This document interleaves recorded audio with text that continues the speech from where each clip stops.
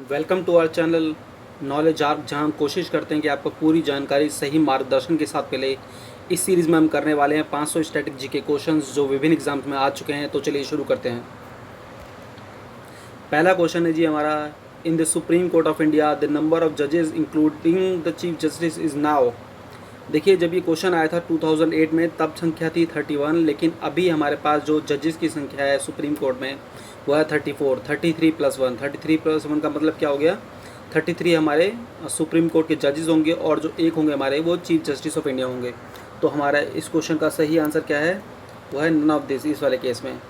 तो इसको रब करते हैं और नेक्स्ट क्वेश्चन की तरफ चलते हैं।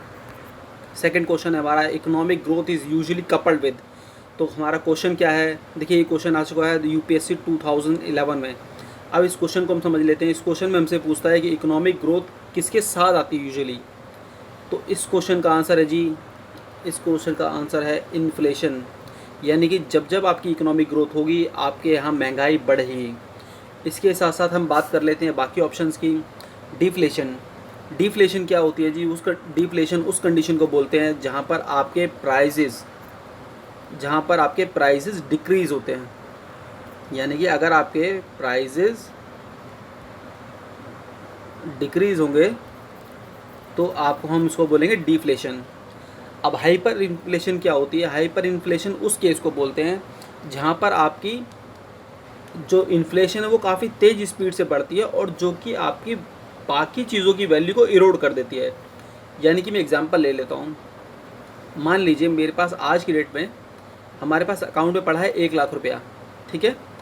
और 1 लाख रुपये के साथ मेरे पास पड़ा हुआ है 1 लाख रुपया और मुझे उसमें ब्याज मिल रहा है 7% का। यानी कि नेक्स्ट ईयर मेरे पास कितना होगा? 1,07,000 रुपये। अब मान लेते हैं हमारे पास 30,000 रुपये की, यानी कि हमारी जो हाइपर इन्फ्लेशन है हमारी कंट्री में, इन्फ्लेशन बढ़ रही है 30% की रेट से, जो कि जाहिर सी बात है बहुत ज़्यादा है। जब इन्फ्लेशन हमारी कंट्री में 30% की रेट से बढ़ेगी तो हमारे पैसे की वैल्यू कम हो जाएगी रखे रखे। तो इसको बोलते हैं हाइपर इन्फ्लेशन, जहाँ पर आपकी चीज़ों की वैल्यू, आपकी मनी की वैल्यू बहुत जल्दी नीचे गिर जाती है। अब आते हैं नेक्स्ट ऑप्शन की तरफ। अब नेक्स्ट ऑप्शन है जी स्टैगफ्लेशन। स्टैगफ्लेशन क्या होता है? जहाँ पे आपकी इन्फ्लेशन काफ़ी तेज़ स्पीड से बढ़ती है और इकोनॉमिक ग्रोथ नेगेटिव हो जाती है। यानी कि और थर्ड कंडीशन क्या होती है? अनएम्प्लॉयमेंट बढ़ती है। यानी कि स्टैगफ्लेशन के लिए तीनों कंडीशन का होना ज़रूरी है। अनएम्प्लॉयमेंट बढ़ेगी, इकोनॉमिक ग्रोथ नेगेटिव होगी और इन्फ्लेशन हमारी बढ़ेगी। तो इसी के साथ चलते हैं नेक्स्ट क्वेश्चन पे। तो इस क्वेश्चन का आंसर हमारा क्या बना? B, inflation. अब आते हैं थर्ड क्वेश्चन की तरफ। थर्ड क्वेश्चन है, Reserve Bank of India was nationalized in. यानी कि रिजर्व बैंक ऑफ इंडिया का राष्ट्रीयकरण कब किया गया था? तो इस क्वेश्चन का आंसर मेरे ख्याल है सभी बच्चों को आना चाहिए। इस क्वेश्चन का आंसर है 1949। इस क्वेश्चन के बाद दोबारा चल लेते हैं थर्ड क्वेश्चन की तरफ। तो इस क्वेश्चन का आंसर है 1949। अब आरबीआई के बारे में और बात कर लेते हैं। आरबीआई का क्वेश्चन आया और आरबीआई के क्वेश्चन बहुत बार रिपीट हो चुका है हमारे एग्जाम्स में। तो आरबीआई हमारा कब इस्टेब्लिश हुआ था? आरबीआई हमारा इस्टेब्लिश हुआ था 1 अप्रैल 1935 को। और ये किस एक्ट के ज़रिए बना था? इसको भी हमें याद रखना है। आरबीआई एक्ट 1934 के ज़रिए बना था। हमने बात की नेशनलाइजेशन की। नेशनलाइजेशन हो गया इसका 1949 के अंदर। इसके जो पहले वो थे गवर्नर थे, इसके पहले गवर्नर जो थे वो थे ऑसबॉर्न स्मिथ, जो कि जाहिर सी बात है ब्रिटिशर थे। और आरबीआई के जो पहले भारतीय गवर्नर थे, देखिए 3 चीज़ होंगी इसमें, पहले गवर्नर, पहले भारतीय गवर्नर और आज़ादी के बाद पहले गवर्नर। तो हमारे पहले गवर्नर कौन हुए? ऑसबॉर्न स्मिथ हुए। पहले भारतीय गवर्नर हुए सीडी देशमुख जी। और आज़ादी के बाद भी जो है पहले गवर्नर जो थे वो भी सीडी देशमुख जी थे। अभी हमारे जो करंटली हमारे आरबीआई के गवर्नर जो हैं वो हैं शशिकांत दास जी, जो 25वें आरबीआई के गवर्नर हैं। आरबीआई के बारे में 2 जानकारी हमारे पास होना बहुत ज़रूरी है।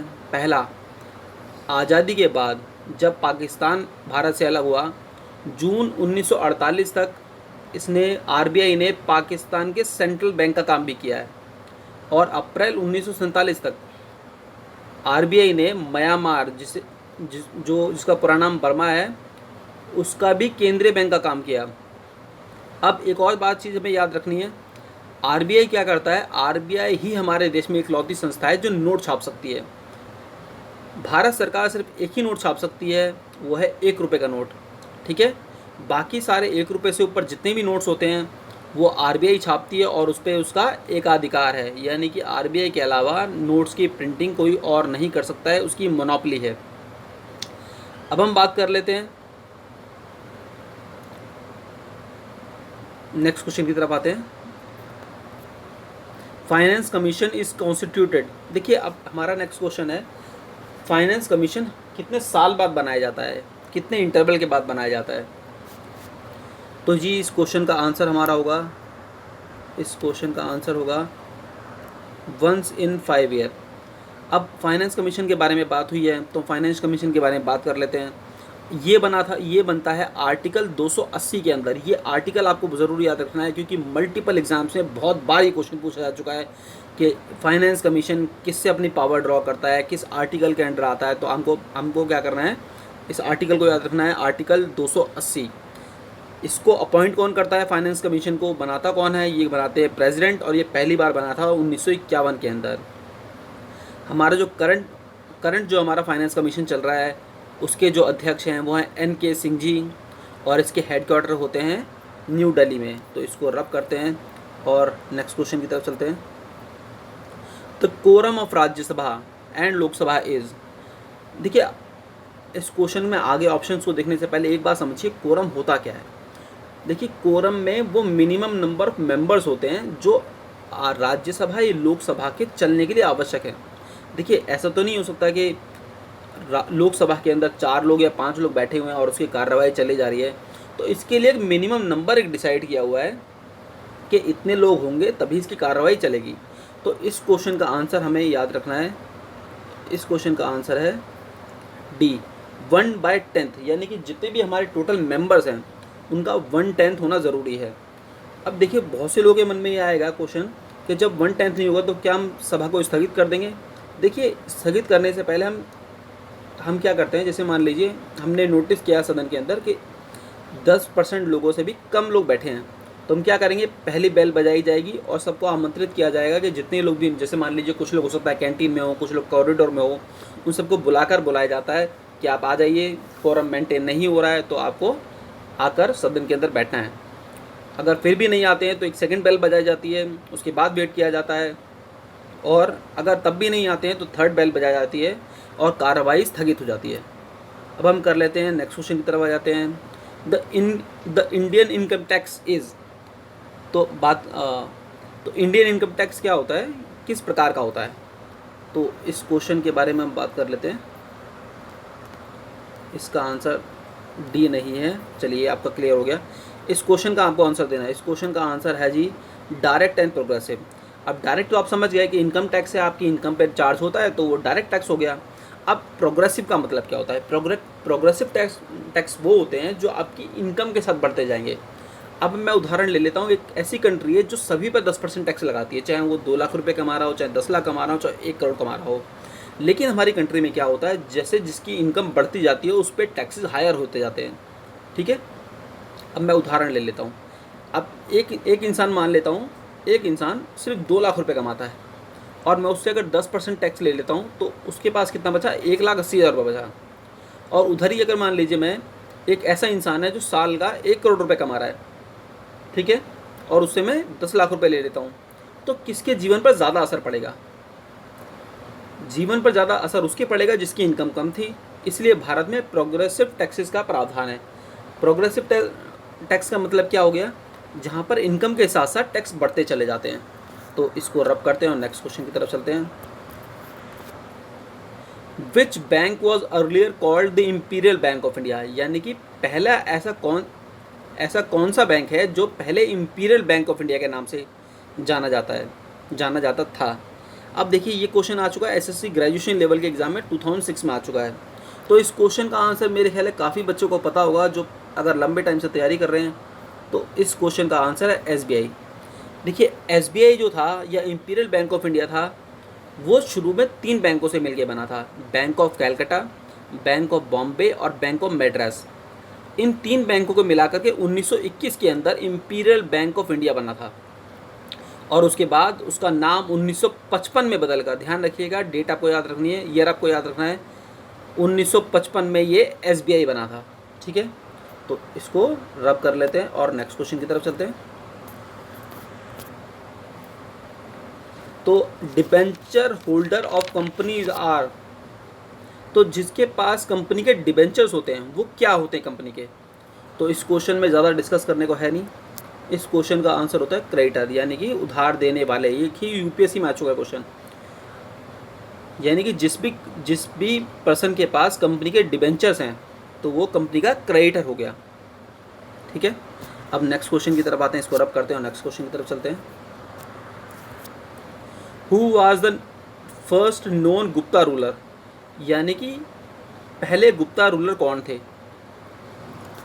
अब इस क्वेश्चन का आंसर बहुत सारे बच्चों को जो तैयारी लगातार करते आ रहे हैं या फिर अपनी तैयारी में रेगुलर हैं तो उनको पता होगा। इस क्वेश्चन का आंसर है ए, श्रीगुप्त। और श्रीगुप्त जो कौन थे, वो गुप्ता साम्राज्य के संस्थापक थे। और सेकंड ऑप्शन की बात कर लेते हैं, चंद्रगुप्त वन। चंद्रगुप्त वन जो कौन थे, वो गुप्त साम्राज्य के तीसरे शासक थे और एक शक्तिशाली राजा थे। घटोत्कच, देखिए घटोत्कच का इस ऑप्शन में आने का मतलब नहीं था, लेकिन इन्होंने दिया हुआ था। घटोत्कच कौन थे, ये आपने सभी ने महाभारत में देखा हुआ, ये भीम और हिडिंबा के पुत्र थे। तो अगला ऑप्शन है कुमार गुप्ता। कुमार गुप्ता जी कौन थे, ये जो थे गुप्ता वंश के एक शासक थे और इन्होंने अपनी राजधानी बनाई थी पाटलिपुत्र में और नालंदा विश्वविद्यालय की स्थापना इन्होंने की थी। किन्होंने की थी, कुमार गुप्ता जी ने। तो इस क्वेश्चन को अब इसको मार्क को रब करते हैं और नेक्स्ट क्वेश्चन की तरफ चलते हैं। Patanjali is well known for the compilation of, यानी कि पतंजलि जो है वो किसके लिए जाने जाते हैं। तो देखिए आपने बाबा रामदेव जी की जो कंपनी है, पतंजलि का नाम तो सुना होगा। तो पतंजलि ये उन्हीं के नाम पे रखी गई है कंपनी का नाम। तो इन्होंने क्या करा था, योग सूत्रा दिया था दुनिया को। योग सूत्रा देखिए ये इतने साल बाद भी जा चुके हैं दुनिया से, लेकिन इनकी दी हुई चीज़ को लेकर के एक कितनी बड़ी कंपनी चल रही है आज, जो भारतीयों को योग सिखाती है और आयुर्वेदिक चिकित्सा में मदद करती है। तो एक बार पतंजलि जी के बारे में बात कर लेते हैं। ये माना जाता है ये गोंडा ज़िला के निवासी थे और ये बाद में काशी चले गए थे, जिन्होंने योग सूत्र की रचना की थी। और ये बहुत माना जाता है महान चिकित्सक भी थे। ठीक है, अब बात कर लेते हैं, नेक्स्ट क्वेश्चन की तरफ चलते हैं अपने। और who is the custodian of Indian constitution, यानी कि हमारे कॉन्स्टिट्यूशन का कस्टोडियन किसको कहा जाता है। देखिए इसमें जो कंफ्यूज हो सकते हैं बच्चे, वो सिर्फ एक ही जगह हो सकते हैं, सुप्रीम कोर्ट के अंदर और प्रेसिडेंट के अंदर। तो सुप्रीम कोर्ट जो होता है, इस क्वेश्चन का आंसर जो है वो है सुप्रीम कोर्ट। अब सुप्रीम कोर्ट जो है हमारा है कस्टोडियन ऑफ इंडियन कॉन्स्टिट्यूशन। अब सुप्रीम कोर्ट के बारे में बात कर लेते हैं। सुप्रीम कोर्ट जो है हमारा 1 अक्टूबर 1937 में बना था। उस टाइम पर इसको बोलते हैं फेडरल कोर्ट ऑफ इंडिया। 28 जनवरी 1950 को इसको सुप्रीम कोर्ट ऑफ इंडिया का नाम दिया गया। इसकी लोकेशन कहाँ है, ये नई दिल्ली के तिलक मार्ग पर स्थित है। और इसमें चयन कैसे होता है, इसमें कॉलेजियम के बेसिस पे चयन होता है। और चीफ जस्टिस को कौन अपॉइंट करते हैं, चीफ जस्टिस को अपॉइंट करते हैं प्रेसिडेंट ऑफ इंडिया। और ये अपनी पावर कहाँ से ड्रॉ करती है, सुप्रीम कोर्ट ये अपनी पावर ड्रॉ करती है कॉन्स्टिट्यूशन ऑफ इंडिया से ही। अब हमारे जो आज की डेट में हमारे जो चीफ जस्टिस ऑफ इंडिया हैं वो है श्री शरद बोबड़े, जो भारत के 47वें चीफ जस्टिस ऑफ इंडिया हैं। हमारे पहले जो चीफ जस्टिस थे उनका नाम था H.J. कानिया। और सुप्रीम कोर्ट के अंदर हम बात कर लेते हैं, कुल मिलाकर इस वक्त 34 जजेस होते हैं, जिसमें 33 जजेस होते हैं और 1 हमारे चीफ जस्टिस होते हैं। अब हम बात कर लेते हैं second option B, option number A की। तो हम प्रेसिडेंट के बारे में बात कर लेते हैं। प्रेसिडेंट हमारे होते हैं वो संसद के तीसरा हिस्सा होते हैं। पहले 2 हिस्से कौन से होते हैं, लोकसभा और राज्यसभा, और तीसरा होते हैं हमारे प्रेसिडेंट। प्रेसिडेंट का जो नॉर्मल टेन्योर होता है वो 5 साल का होता है और इनकी सैलरी आज की डेट में करीब 5 लाख के करीब है। इनके लिए जो वर्ड इस्तेमाल किए जाते हैं वो होते हैं, ये प्रिजर्व करना काम है इनका, प्रेसिडेंट का प्रिजर्व करना, प्रोटेक्ट करना और डिफेंड करना कॉन्स्टिट्यूशन ऑफ इंडिया को। और ये उनकी ओथ कहाँ लिखी हुई है, आर्टिकल 60 के अंदर प्रेसिडेंट ऑफ इंडिया की ओथ लिखी गई है, उनकी शपथ लिखी गई है। और उसी के अंदर ये तीनों वर्ड मेंशन है, प्रिजर्व करना, प्रोटेक्ट करना और डिफेंड करना। अब हम बात कर लेते हैं प्रेसिडेंट होते कौन है। ये प्रेसिडेंट होते हैं ceremonial head of the state, यानी कि सब कुछ जो होता है देश के अंदर इन्हीं के नाम से होता है, लेकिन ये एक्चुअल नहीं होते हैं, ये एक्चुअल हेड नहीं करते हैं देश को, ये सेरेमोनियल हेड होते हैं। इनका निवास स्थान कहाँ है? इनका निवास स्थान है राष्ट्रपति भवन पर, ये होते हैं, और इनको कहा जाता है commander in chief of Indian arm forces. पहले हमारे जो प्रेसिडेंट थे वो थे डॉक्टर राजेंद्र प्रसाद। अभी हमारे जो प्रेसिडेंट हैं वो हैं श्री रामनाथ कोविंद जी। और ये किसको अपॉइंट करते हैं? ये chief justice of India, chief justice of high courts को अपॉइंट करते हैं। और ये किसको नॉमिनेट करते हैं? ये करते हैं गवर्नर्स को नॉमिनेट करते हैं। तो पहले ऑप्शन को हमने अच्छी तरह डिस्कस कर लिया।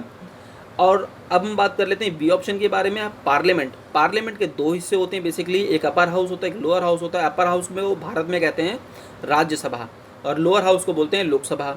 लोकसभा के बारे में आप सभी को पता होगा। राज्यसभा के बारे में हमें कुछ बातें याद रखना बहुत ज़रूरी है।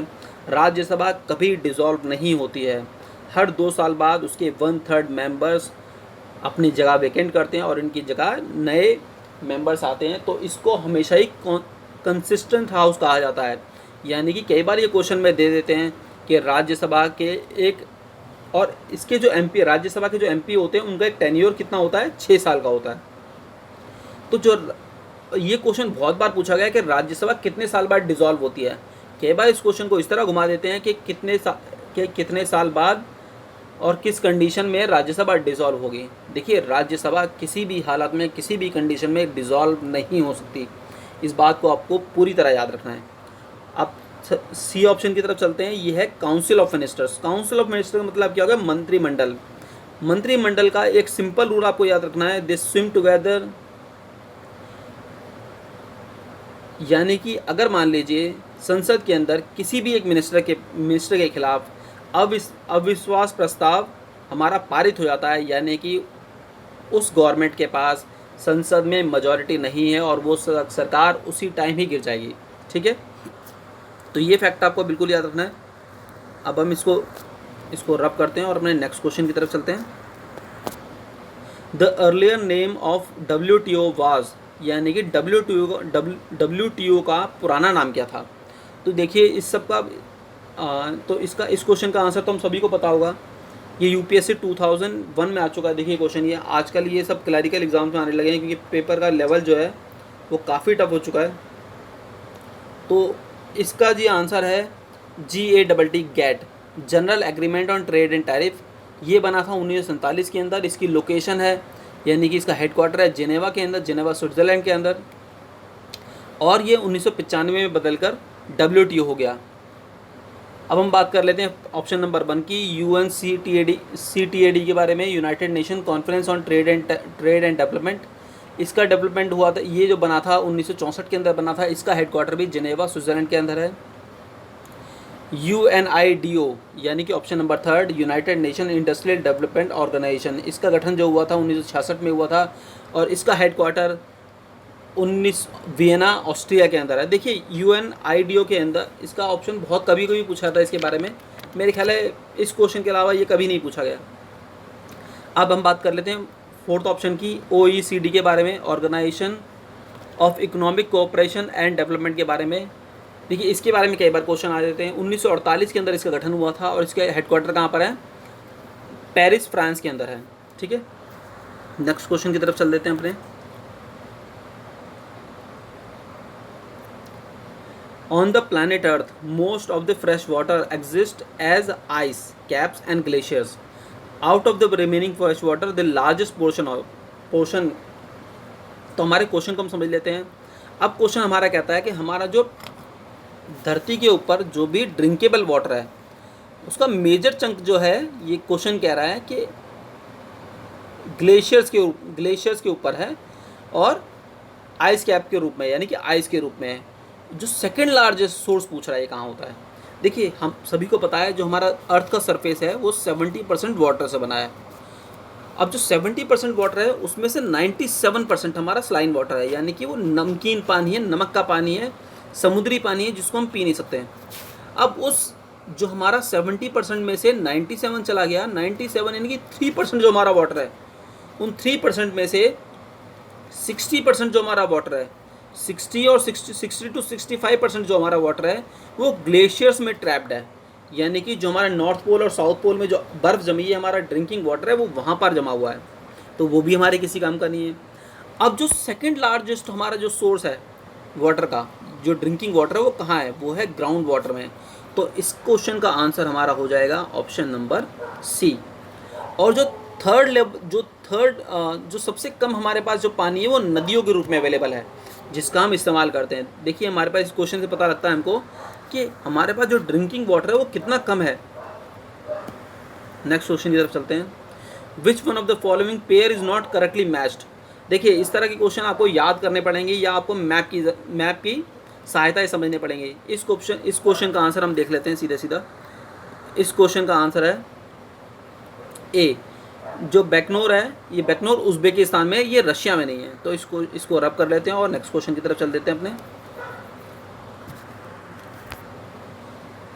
Where are the Shevaroy hills located.